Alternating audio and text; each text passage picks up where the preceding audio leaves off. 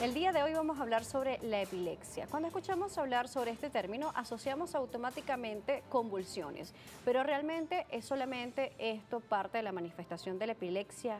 ¿Qué realmente sucede con el paciente, las conexiones neuronales? Y además, ¿qué podemos hacer para ayudar a un paciente en esta condición? La consulta médica, por supuesto, es fundamental y clave esencial. El doctor Isaac Mosquera, él es neurólogo, nos acompaña el día de hoy, nos va a ayudar a responder estas y otras interrogantes.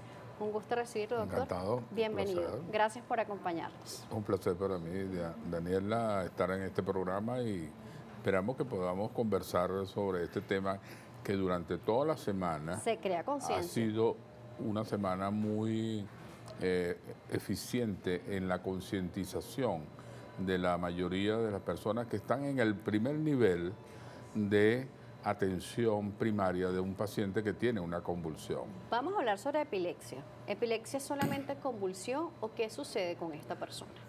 Primero que nada, vamos a desmitificar la epilepsia. Muy bien. La epilepsia no es una enfermedad de los demonios. La epilepsia, para poder tener, es un concepto que vamos a aclararlo para que la gente lo entienda. Cuando uno habla de epilepsia es porque una persona ha tenido más de una crisis, es decir, tiene que haber el concepto de recurrencia. Si no hay recurrencia, no es epilepsia.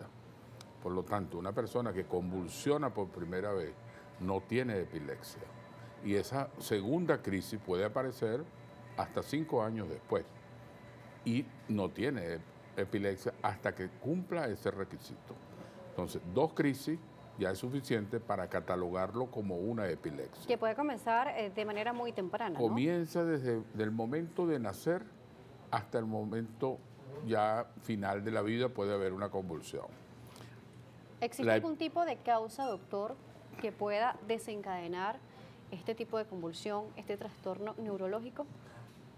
Claro que sí, hay muchas causas, pero primero tiene que haber una alteración neuronal que al estimularlo con esas causas desencadenantes pueda luego provocar el trastorno del ritmo neuronal y se produzca una desincronización de las neuronas y se provoque una crisis. Depende del sitio donde ocurra eso, vamos a tener las manifestaciones clínicas. Muchas veces puede ser una simple ausencia, la persona está hablando y se queda por fracciones de segundo sin ningún comentario. Eso es una ausencia, es un tipo de crisis. Luego puede haber otro tipo de crisis donde la persona mueve el brazo nada más y sencillamente ese movimiento recurrente es un tipo de crisis, puede durar un segundo, puede durar un mayor tiempo. Cuando Y es involuntario totalmente. Involuntario totalmente e inesperado, es como de sorpresa. Por eso la definición de epilepsia que viene de los griegos es sorpresa, porque siempre sorprende a las personas en el momento que menos espera. Y ese concepto de epilepsia, pues es lo que nos asusta, porque a nadie quiere oír ese nombre. Por supuesto. Y además sorprende realmente. Sorprende a la mayoría de las personas, Claro. pero se requiere saberlo, porque para poder dar ese diagnóstico tiene que haber pasado por un médico especialista que haga esa definición. Por supuesto. Porque muchas veces hay unas crisis que nosotros las llamamos pseudocrisis, porque no corresponden a una descarga neuronal, sino que puede ser una crisis emocional, donde una persona puede tener movimientos voluntarios y parecer involuntario. Por supuesto, además es importante entender o a veces podemos colocar un símil con nuestro sistema neuronal y la electricidad, ¿no? Es como esa conexión eléctrica que hay en todo nuestro organismo. Además, las neuronas se encargan de comunicar todas las células de nuestro cuerpo y todos nuestros órganos.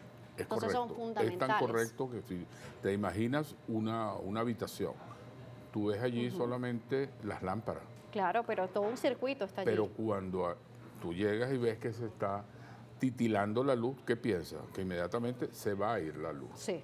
Pero eso se llama en el cerebro un aura. Y eso puede ser un trastorno de la sensibilidad, o puede ser una visión, o puede ser una sensación en el estómago. Y eso es lo del titileo de la luz. pero ya tú sabes que viene una convulsión.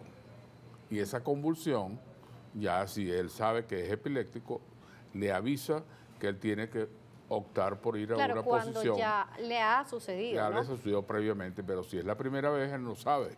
Entonces, pero la primera vez no es epilepsia todavía. Claro, porque es que cuando hablamos de epilepsia siempre asociamos los episodios estando, por ejemplo, en piso y esos movimientos bastante bruscos o fuertes, pero nos está hablando usted de que puede ser su ausencia, quedarse estos minutos o estos segundos allí o movimientos repetitivos solamente en una zona del cuerpo. Exacto. Qué Esos son sorprendente crisis eso. focales. Claro. Pero cuando tú ves a una persona que está convulsionando, que está en el suelo, que está botando saliva por la boca, que generalmente o se puede relajar los esfínteres, se orina, se evacúa, esos son crisis muy alarmantes para una persona, son crisis generalizadas. Doctor, también estamos en redes sociales en vivo transmitiendo esta entrevista y a través de @DanielaJSalas, esa es la cuenta de transmisión, igual nos puede escribir por @salud_gb. Julia García 1303 nos dice, un adolescente con síncope vasovagal puede despertar o presentar un ataque epiléptico. No.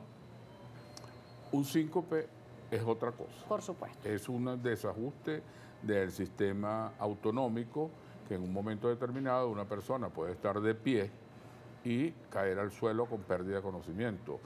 Pero esa persona que tiene un síncope, que generalmente ocurre mucho en la escuela cuando los niños se van sin desayuno o que se van o están en el ejército, están de pie y de repente o en una cola una persona mayor y cae. Colapsa. Eso es importante entenderlo, es un síncope. Una crisis convulsiva o una crisis epiléptica puede ocurrir en cualquier sitio y puede ser sin mayores manifestaciones que muchas personas la pasan desapercibido. Entonces tenemos que tener bien claro eso, porque muchas veces uno dice, no, es que no es convulsión porque no está moviéndose. Claro, y es una ausencia, pero una ausencia que la persona se ve despierta. En cambio, el síncope es como un desmayo muy rápido. Desmayo rápido y se cae al suelo y ya. Es otra. Y es muy rápido, realmente. Muy rápido. Entonces, eso es otra condición para contestarle a la señora. Por supuesto, sigo viendo las preguntas. También nos están preguntando a propósito de los adolescentes y los niños sobre los videojuegos, estar expuestos mucho tiempo a estos tipos de dispositivos, si esto puede ocasionar algún tipo de epilepsia. Nos estaban consultando también. Una persona, un niño que esté pegado a un celular, que esté recibiendo la fotoestimulación continua de los píxeles que genera la luz de la pantalla, puede convulsionar. Si convulsiona una vez, es por ese efecto y nunca ha convulsionado, generalmente ocurre en niños porque son cerebros inmaduros. Claro. Cerebros que deberían estar durmiendo de noche, unas 12 horas, conectados a los y lo que están es conectados a un celular. Entonces, estos niños generalmente recuerdan los juegos de Pokémon, que hubo una crisis en Japón donde muchos niños convulsionaron debido a eso. Y desde esa época nosotros estamos alerta en decirle a los padres, no le den un celular a un niño porque son los responsables. El padre no es el niño el responsable, es el padre que le da el celular para entretenerlo y los entretiene, pero los está perjudicando. El exceso de luz azul puede desencadenar una crisis epiléptica. Por supuesto, doctor. Vamos a irnos a una pausa. Aquí Noticias Globovisión Salud. El doctor Isaac Mosquera nos seguirá acompañando para hablar sobre la epilepsia. Y muy importante, ¿qué podemos hacer nosotros si alguien cercano, alguien cerca tiene un episodio de epilepsia? ¿Qué debemos hacer y qué no debemos hacer con esta persona o este paciente? Recuerde, preguntas, comentarios en redes sociales, @salud_gb, @DanielaJSalas. Evitar exponerse a los rayos del sol. Esto puede provocar golpe de calor, insolación y hasta quemaduras en la piel.